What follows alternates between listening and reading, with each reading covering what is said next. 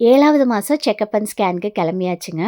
போன மாதம் பார்த்துட்டிங்கன்னா, இசிஜி, எக்கோ, பிளட் டெஸ்ட் எடுத்துகிட்டு வர சொல்லியிருந்தாங்க. இசிஜியும் பிளட் டெஸ்ட்டும் அன்றைக்கே வந்து கொடுத்துட்டு வந்துட்டேன். எக்கோவுக்கு மட்டும் பக்கத்தில் இருக்க ஒரு ஹாஸ்பிட்டலுக்கு தாங்க போகணும்.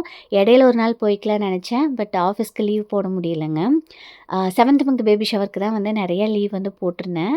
அப்புறம் இடையிலையுமே சாட்டர்டே, சண்டேஸில் ஏதாவது ஒரு வீடியோ ஒர்க்கு இல்லைனா வேறு ஏதாவது ஒரு வேலை வந்துடுது, போகவே முடியல.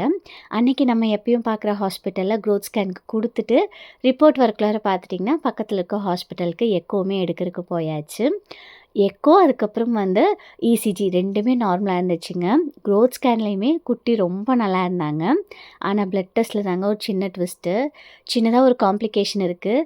பட் பயப்பட வேண்டாம்னு சொல்லி டாக்டர் சொல்லியிருக்காங்க. உங்கள் எல்லாரோட பிளெஸிங்ஸ் அண்ட் ப்ரேயர்ஸுமே எங்களுக்கு ரொம்ப ரொம்ப முக்கியங்க. வீட்டுக்கு வந்ததுக்கப்புறம் கொஞ்சம் பேக்கிங் ஒர்க் இருந்தது. ரியா பொட்டிக்கில் இன்றைக்கி நான் இந்த பியூட்டிஃபுல்லான சாரீ தாங்க எடுத்துகிட்டு வந்திருக்கேன். டீட்டெயில்ஸ் கீழே கொடுத்துருக்கேன். வாட்ஸ்அப் பண்ணுங்கள்.